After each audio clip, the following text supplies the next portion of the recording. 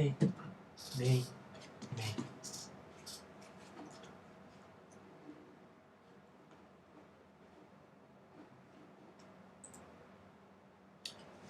Você que chegou depois, uma boa noite. Torcendo para todo mundo chegar no horário, para a gente começar juntos. Mas enfim, nem sempre é possível. Nem sempre é possível. Quero te convidar então a descansar o coração aí um pouquinho, aquietar a mente, tudo aquilo que tem assoberbado a tua vida, tomado espaço das suas emoções e dos teus pensamentos. Dá uma separada agora nesse momento, como já viemos fazendo pelo louvor, mas para ouvir a palavra do Senhor, para meditar, para se permitir questionar-se, se permitir questionar-se a partir da realidade daquilo que você ouvir o Espírito falando. Antes de começar, eu queria lembrar, na verdade avisar você que é da igreja aqui em Niterói, que nossa cidade entrou em estágio amarelo. A partir de amanhã muita coisa já vai abrir e me parece, se não me engano, que as igrejas já têm permissão de reabrir, mas com toda uma condição específica. Nós vamos tentar nos reunir em conselho essa semana para pensarmos o retorno ou não das atividades presenciais da gente. Nossa igreja tem uma característica de ter uma faixa etária idosa. Enquanto não vier a vacina, esse grupo de risco não vai sair de casa, então a gente tem que pesar bem isso. Por outro lado, temos irmãos e irmãs que não têm acesso à internet, não têm condição de assistir às nossas reuniões, à administração da palavra. Tudo isso nós vamos ter que pesar para definir quando, se e quando voltaremos e em quais condições. Já então, aviso a você, meu irmão, minha irmã, dessa realidade e te convido então a abrir a palavra. Não, vamos ler aqui juntos a palavra do Senhor, a qual nós vamos meditar essa noite. Semana passada, então, comentei que nós iríamos entrar numa série de mensagens sobre 1 Coríntios, capítulo 13. Em dias tão difíceis, nós precisamos de amor. Precisamos amar, ser amados, nos permitir ser amados. E a gente quer meditar nesse texto de Paulo tão maravilhoso, essa ode, essa carta que é uma canção, uma poesia, revelando, através da unção do Espírito na vida de Paulo, o amor ao nosso coração. Mas há um passo inicial, há uma frase de Paulo que eu gostaria de começar hoje meditando. Ela se encontra ali no finalzinho do capítulo 12 de Coríntios. Para entendermos o contexto, eu começo a ler a partir do verso 29. Paulo explicando àqueles irmãos e irmãs da igreja de Coríntios sobre o exercício dos dons espirituais. Ele então termina o capítulo 12 dizendo: porventura são todos apóstolos ou todos profetas? São todos mestres ou operadores de milagres? Têm todos dons de curar? Falam todos em outras línguas? Interpretam-nas todos? Entretanto, procurai com zelo os melhores dons. E eu passo a mostrar-vos ainda um caminho sobremodo excelente. Eu vou ler de novo o verso 31. Entretanto, procurai com zelo os melhores dons, e eu passo a mostrar-vos ainda um caminho sobremodo excelente. Senhor, fala o coração da tua igreja, Pai. Fala o coração da gente através da tua palavra essa noite. Revela aquilo que é oculto, expõe aquilo que precisa ser tratado, fortalece aquilo que está enfraquecido, recebe ação de graças por aquilo que já vem funcionando, enfim, Pai. Fortalece a gente, trabalha na nossa vida, em nome de Jesus. Quais são os nossos heróis? Pensando em herói como alguém que nos inspira, alguém que queremos imitar, quem são esses ou essas que realmente fazem isso com a gente? Quem realmente nos inspira? Se tornando para nós um alvo, alguém que gostaríamos de imitar. Pense um pouco aí. Quem são os teus heróis? Quem te inspira? Quem você tem como exemplo? Eu sei que estou falando, quer dizer, agora, com internet e o vídeo gravado, eu nem sei, mas basicamente hoje nos reunimos como igreja, então eu estou falando principalmente a um público de uma igreja. E isso certamente vai gerar algum tipo de viés nas respostas a essa pergunta. Mas vamos abrir a nossa lente, vamos aumentar o nosso campo de visão. Por exemplo, o que os nossos filmes, os nossos livros, as histórias que nos empolgam e que viram clássicos revelam sobre essa pergunta? Quando, por exemplo, procuramos saber quais filmes fizeram maior sucesso de bilheteria, o que nós encontramos? Que tipos de filmes? Só para você ter uma ideia, eu pesquisei de toda a história do cinema. Nós temos aqui, em primeiro lugar, Vingadores Ultimato, a história em quadrinhos da Marvel que se tornou uma febre. Arrecadou 2,79 obrigado, meu amor, pela água. Arrecadou 2,79 bilhões de dólares. Em segundo lugar, Avatar, uma história, uma fantasia sobre um planeta em que um ser humano se transfere a sua mente para um outro corpo de um habitante daquele planeta. Em terceiro lugar, Titanic, uma história de amor que se baseia na história do transatlântico. Quarto lugar, Star Wars. Quinto lugar, outro filme de Vingadores. Sexto lugar, Jurassic World. Sétimo lugar, O Rei Leão. E oitavo lugar, o primeiro filme de Vingadores. Só Vingadores aparece 3 vezes entre os 8 filmes que mais arrecadaram na história do cinema. Quanto aos livros, se a gente for olhar para os livros, quais são os livros que alcançam maior sucesso no mercado editorial?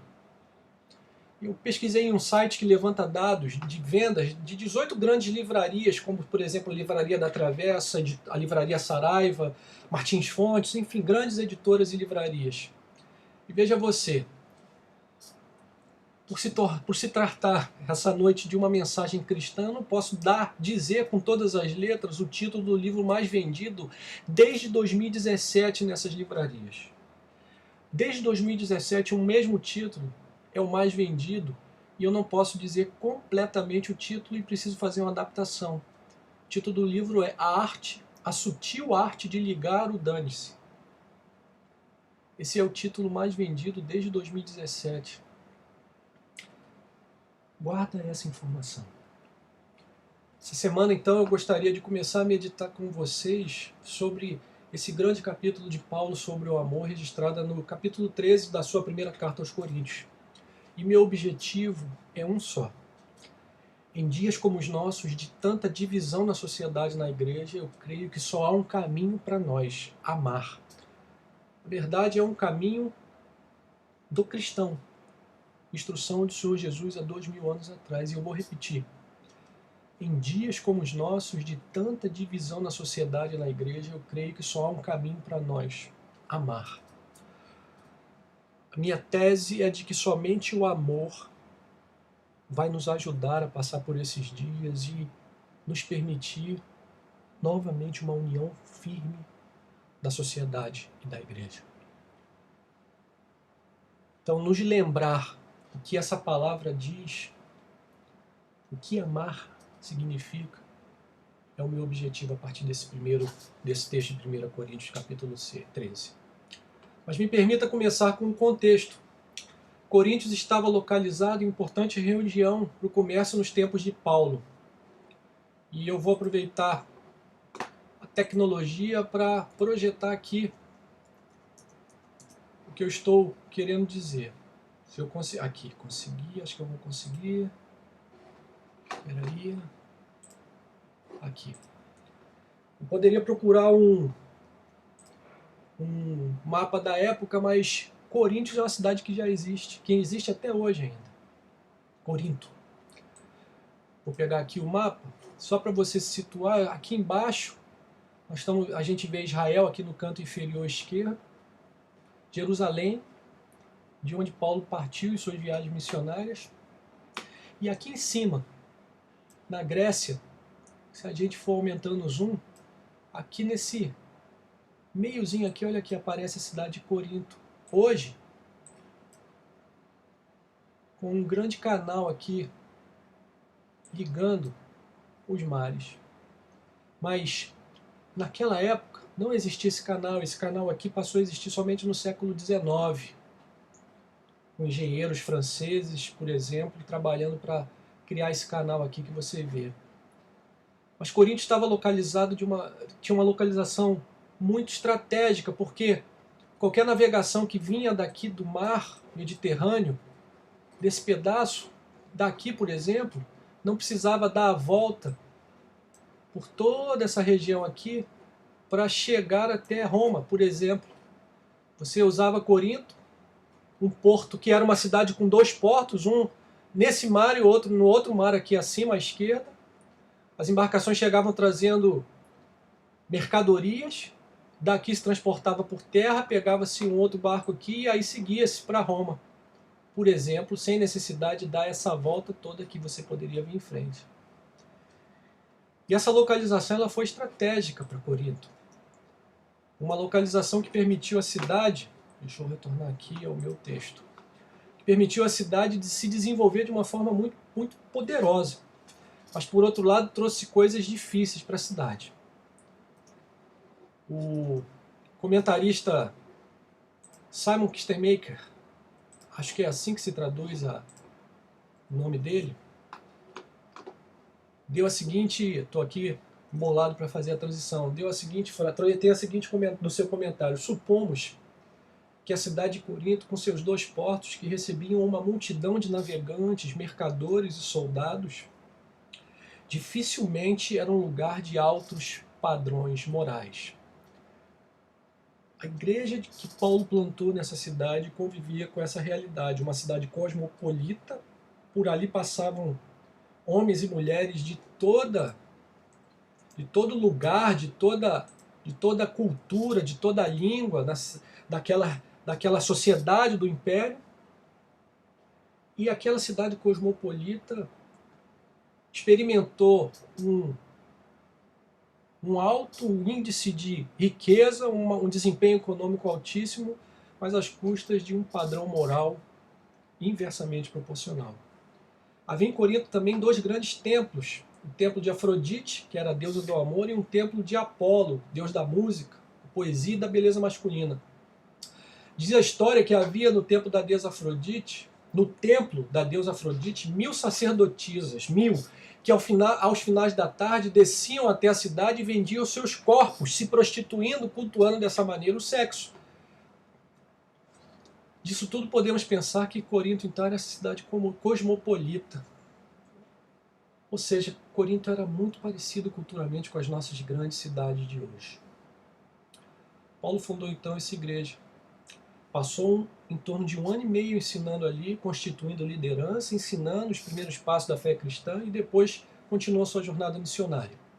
Algum tempo depois ele recebe cartas daquela igreja falando sobre diversos problemas. Nas palavras do pastor Eugene Peterson, na introdução da carta na sua Bíblia, na sua tradução da sua Bíblia chamada Mensagem, Peterson diz assim: a igreja estava dividida em facções, a moral estava em destroços, o culto havia degenerado para uma busca egoísta do sobrenatural. Uma busca egoísta do sobrenatural. Assim, Paulo, o primeiro pastor daquela igreja, escreve essa carta para tratar cada questão levantada pelos irmãos e irmãs da igreja. Nos capítulos 12 a 14, no qual o nosso texto está inserido, Paulo vai tratar sobre os dons espirituais, sobre essa busca egoísta pelo sobrenatural. E o texto que nós vamos meditar nas próximas semanas está inserido aí, nessa resposta a essa busca egoísta. Veja, Paulo não está somente escrevendo sobre dons. Ele está dando uma resposta ao momento de uma igreja situada em uma cidade cosmopolita e de fama imoral. É nesse contexto, então, que situa-se o nosso texto. E no meio de uma explicação sobre os dons espirituais, sobre o exercício dos dons espirituais, Paulo faz então uma grande digressão e passa a falar daquele que seria o caminho sobremodo excelente. Capítulos 12 e 14, Paulo vai falar sobre o exercício dos dons espirituais e no meio disso ele fala sobre esse caminho sobremodo excelente. Então eu peço que você volte então ao início da mensagem de hoje, aquela pergunta: quem são os nossos heróis? Na maioria das vezes, eles são aqueles e aquelas que se sobressaem por sua capacidade de resolver as coisas. São independentes, fortes, fisicamente e emocionalmente. Vão em frente mesmo quando tudo parece se levantar contra a sua caminhada. E mais, preste atenção, muitas vezes os heróis da nossa sociedade, dos nossos filmes, dos nossos livros, são aqueles que se vingam, que matam os maus e fazem justiça com as suas próprias mãos. São esses que, na maior parte do tempo, tomam conta do nosso imaginário de heróis e que se tornam muitas vezes, sem a gente perceber, alvos, nossos alvos. Sem perceber, a sociedade, nós fazemos parte dela, vai desejando se tornar parecido com esses heróis que nos são vendidos de forma muito eficaz. Para os coríntios, os heróis eram aqueles que tinham os dons mais espetaculares, que falavam em outras línguas, que curavam, que profetizavam, que lideravam com capacidade, que organizavam tudo, levando a igreja a um constante crescimento. Paulo não vai contra esses dons, ele os afirma e diz que a igreja precisa de todos eles. Organiza o exercício desses dons, procura evitar os exageros, mas de forma nenhuma impede que eles sejam exercidos. Mas o que Paulo faz no meio do ensino sobre os dons, entre os capítulos 12 e 14? Ele diz à igreja, a Corinto e a mim e a você, procurem com zelo os melhores dons. E ele então diz, agora preste atenção, eu vou mostrar a vocês um caminho sobremodo excelente. No meio do debate e ensino sobre os dons espetaculares, aqueles que chamavam a atenção, aqueles que a maioria da igreja desejava, Paulo diz, olhem para cá. Precisamos de todos esses dons, a igreja é edificada com eles, mas olhem para ver o caminho excelente na qual todos eles devem ser exercidos. E lhes apresenta o amor.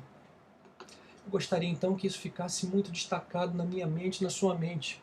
No meio do debate sobre os melhores dons e como exercê-los, debate esse que mostrava uma predileção dos coríntios pelos dons sobrenaturais, dons que destacavam aqueles que os exerciam, Paulo aponta para um caminho melhor, um caminho sobremodo excelente, o caminho do amor. Em dias como os nossos, em uma sociedade como a nossa, com os heróis que são apresentados e para os quais nós somos estimulados a olhar e apreciar, é de extrema importância termos isso em mente. O amor é o caminho sobremodo excelente. E é nessa frase que eu gostaria de focar essa mensagem inicial sobre o tema, na introdução, no contexto que eu já apresentei e nessa frase específica.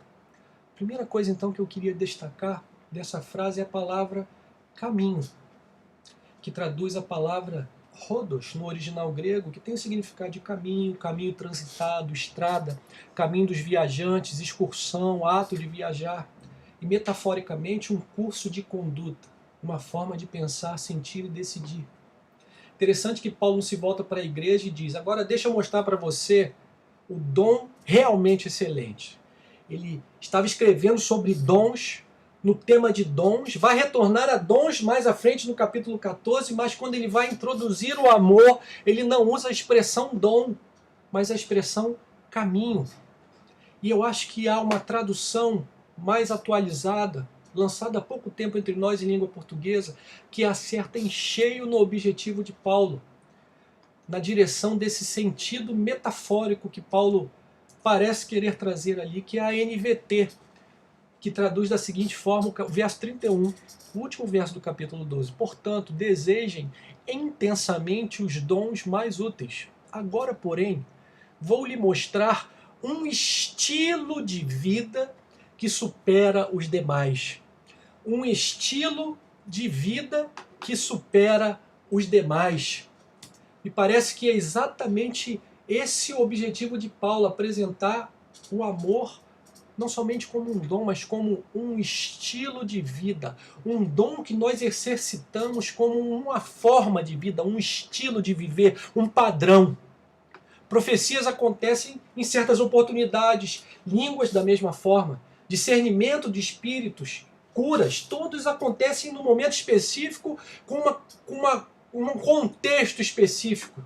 Os dons espetaculares parecem ter hora e local para aparecerem, mas Paulo, ao apontar para aquele que seria o dom supremo, excelente, diz que ele não tinha lugar, não tinha hora, não tinha momento oportuno para aparecer, e outros momentos em que ele não deveria ser exercitado. Não. O que Paulo diz é que aquele dom, o caminho sobremodo excelente, é um estilo de vida, algo que você e eu exercemos o tempo todo em nossas vidas, em qualquer circunstância, com qualquer pessoa. Meu irmão, minha irmã, hoje, ao introduzirmos esse tema do amor, da primeira carta aos Coríntios, capítulo 13, por favor, preste muita atenção. O amor não se trata somente de um dom, ele é um dom. Ele também é um fruto, como Paulo vai falar em Gálatas, mas ele transcende locais e momentos oportunos e ele se torna um estilo de vida do cristão. O caminho que é o estilo de vida.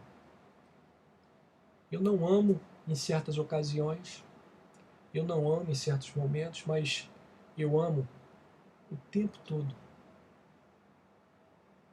por toda a minha vida. O segundo ponto a destacar nessa expressão, nessa frase de Paulo, é essa expressão sobremodo excelente. Alguns comentaristas vão traduzir a mesma expressão como ainda mais excelente. É como se Paulo estivesse dizendo algo como um caminho de excelência da excelência. Mais do que excelente, super excelente, hiper excelente. E é algo que deve nos chamar a atenção. A palavra excelente já traz esse conceito de superioridade. Nas outras ocorrências no Novo Testamento, a palavra do grego tem exatamente esse sentido. Excelência, 2 Coríntios 4:7, grandeza, 2 Coríntios 12:7, acima de toda comparação, 2 Coríntios 4:17, sobremaneira, Romanos capítulo 7, Gálatas capítulo 1. Mas Paulo a une a uma outra, aumentando ainda mais o que é excelente. Paulo não usa somente o caminho excelente, Paulo fala sobre um caminho sobremodo, super excelente. É o que deve nos chamar a atenção. O amor é esse estilo de vida sobremodo excelente, ainda mais excelente, super excelente, a excelência daquilo que já é excelente. O melhor dom, o melhor caminho. A ele nós devemos nos voltar. E como Paulo mesmo diz, procurando com zelo esse melhor dom. Então, sobre o que eu e você começamos a meditar hoje, vamos continuar nas próximas semanas. Sobre algo que deveria fazer parte das nossas vidas em todo o tempo, como uma maneira de viver. E algo que deveria ser visto por nós como super excelente, ou seja, desejado, ansiado, estimulado. Como se você visse um objeto, uma coisa que lhe chama a atenção, que você deseja muito. O amor é acima disso, é sobremodo excelente. É desejado. Um estilo de vida desejado. A gente ainda não começou a conhecer a definição que Paulo vai dar. Ficaria muito extenso já entrarmos nisso essa noite. Muito extenso. Mas nós temos alguma ideia e podemos hoje mesmo, nos questionar, fazer algumas questões para nós. O amor tem sido um estilo de vida para mim e para você.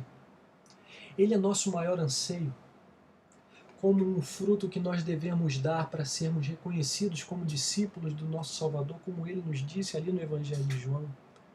Isso conhecerão que sois meus discípulos, quando nos amardes uns aos outros. Nossas escolhas diárias refletem qual resposta a essas perguntas em nossas vidas. Nossas opções, aquilo que valorizamos, nossos heróis, nossos exemplos, aqueles que se tornam para nós referência e alvo, mostram o quê da nossa resposta a essa pergunta sobre que lugar o amor ocupa na nossa vida. Nossos lares, por exemplo, revelam o que do amor em nossas vidas? Como somos como maridos, esposas, pais, mães, filhos, filhas? O que isso revela da prioridade e reconhecimento que nós damos ao amor? Em dias de tanta diferença de opiniões, de divisões na sociedade, nossa ação nessa mesma sociedade mostra o quê em relação à prioridade e estilo de vida de cada um de nós em relação ao amor? A forma como eu e você nos organizamos, a forma como a sociedade se organiza, mostra o quê? A forma como nós exercemos autoridade, como somos patrões, revela o quê do nosso estilo de vida? Quem nós escolhemos como lideranças, na igreja, na sociedade, mostra o quê? Como indivíduos, onde nós aplicamos os nossos recursos, tempos, dons, dinheiro, revela o quê de nosso estilo de vida? Como sociedade, não somente como indivíduos, como sociedade, como escolhas de governanças, onde aplicar os recursos, o tempo, o dinheiro, mostra o quê? Preste muita atenção, meu irmão, minha irmã, no seguinte, preste atenção nisso. O amor não vende tanto como a violência, o amor não vende tanto quanto a vingança, o amor não vende tanto quanto o status, muito menos quanto o dinheiro. Simplesmente porque o amor não é o mais natural. Não é o mais natural para mim e para você depois da queda. O natural é o inverso. Assim, eu e você estamos inseridos em uma cultura, uma forma de ver e organizar o mundo que não aponta para esse amor que Paulo vai descrever no capítulo 13. Amor esse que foi vivido por Jesus e que foi deixado por ele como aquilo que nos identificaria como cristãos, como os discípulos do Senhor. Eu e você nascemos nessa cultura, fomos formados por ela, os nossos exemplos, os livros, a escola, os nossos empregos, nada disso aponta para esse amor verdadeiramente. Tudo e todos falam da importância do amor, reconhecem o seu valor, mas nada disso realmente encarna na sociedade esse amor. Nas próximas semanas nós vamos caminhar pelo texto. Vamos aprender como Paulo explica o que é o amor. Mas já podemos fazer outras perguntas aqui, apenas como exemplos. Apenas como exemplos. Quantas vezes você viu alguém fazer sucesso na empresa, nas empresas, subir na hierarquia porque era alguém que procurava o interesse dos outros e não os dele?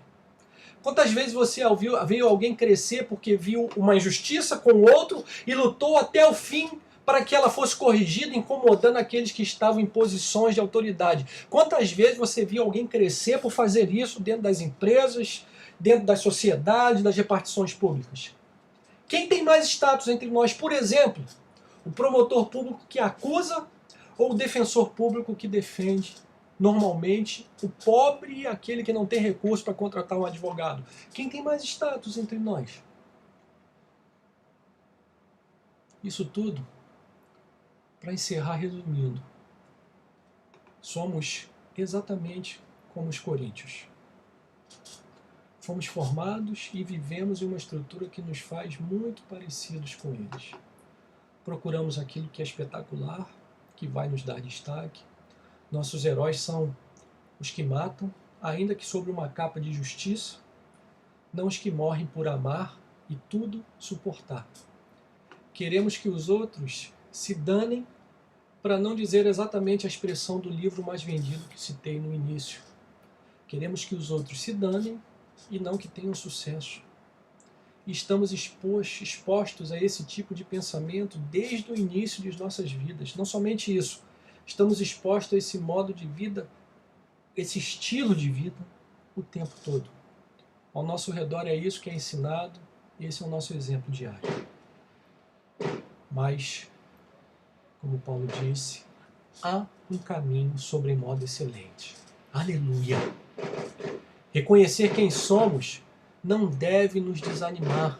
Pelo contrário, deve nos incentivar. Deve nos mover para outra direção, melhor. Não fique pensando, é impossível. Não! Para nós, Talvez sim. E o que me faz lembrar de Jesus ensinando sobre a dificuldade de um rico entrar no reino dos céus. Dizia ele que era mais fácil um camelo passar por um lugar praticamente impossível do que um rico entrar no reino dos céus. E veja a resposta dos discípulos. Marcos capítulo 10. Eles ficaram sobremodos maravilhados, dizendo entre si, então, quem pode ser salvo?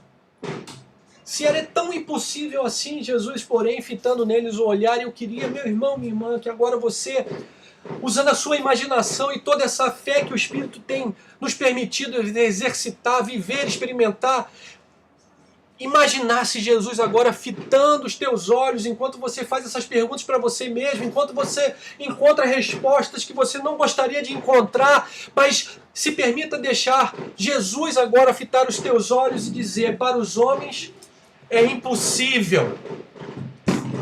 Contudo, não para Deus, porque para Deus tudo é possível. Aleluia!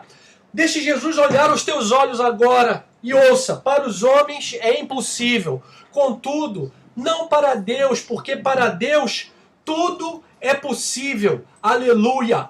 Aleluia! Aleluia!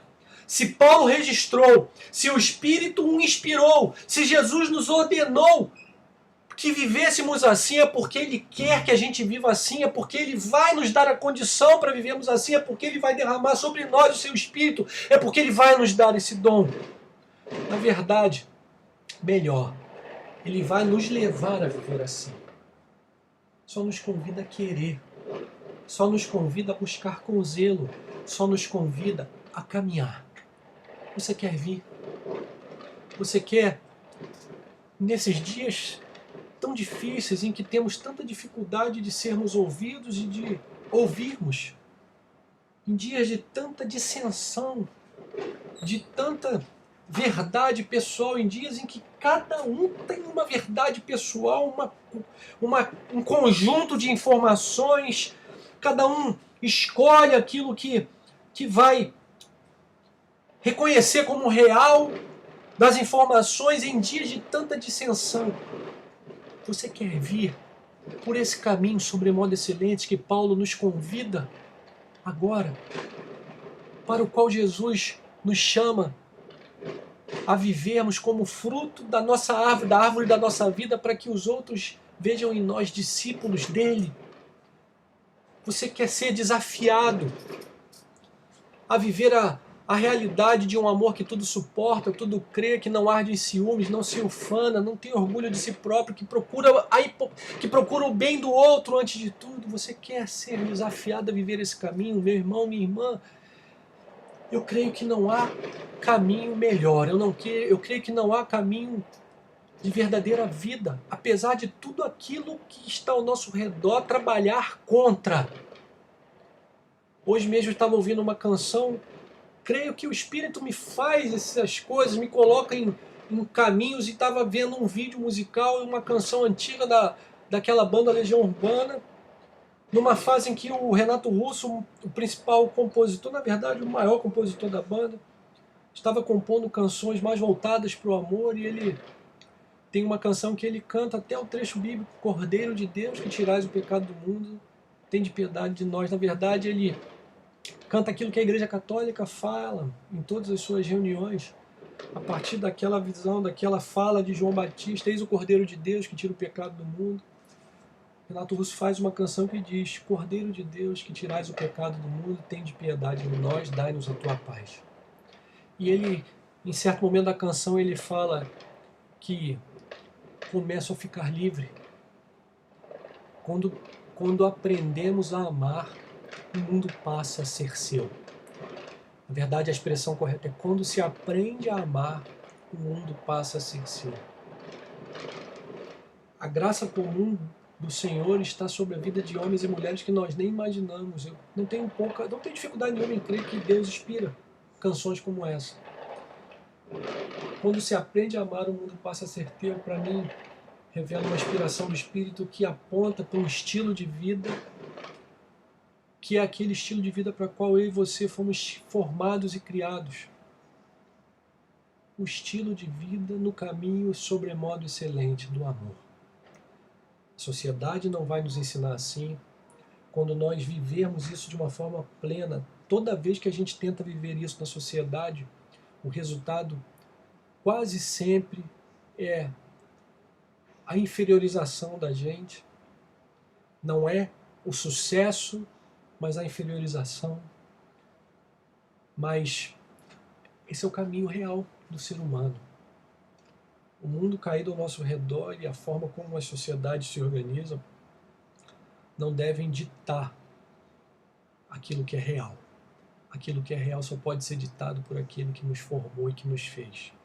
E ainda que isso seja um ato de fé, ainda que reconhecer isso não seja algo que você faça cientificamente, esse reconhecimento é o que vai nos trazer vida verdadeira. E em dias de tanta divisão, vai nos permitir reunir em torno de um propósito novamente as igrejas, a sociedade, amando. E amando da forma como Paulo vai nos ensinar no capítulo 13 da sua carta aos Coríntios, da sua primeira carta aos Coríntios, nós vamos começar a destrinchar mais diretamente a partir da semana que vem. Amém? Quero te convidar a trilhar esse caminho, esse estilo de vida sobre modo excelente. Estilo de vida dos verdadeiros discípulos de Jesus, na verdade o estilo de vida dos seres humanos realmente humanos, o amor. Bem,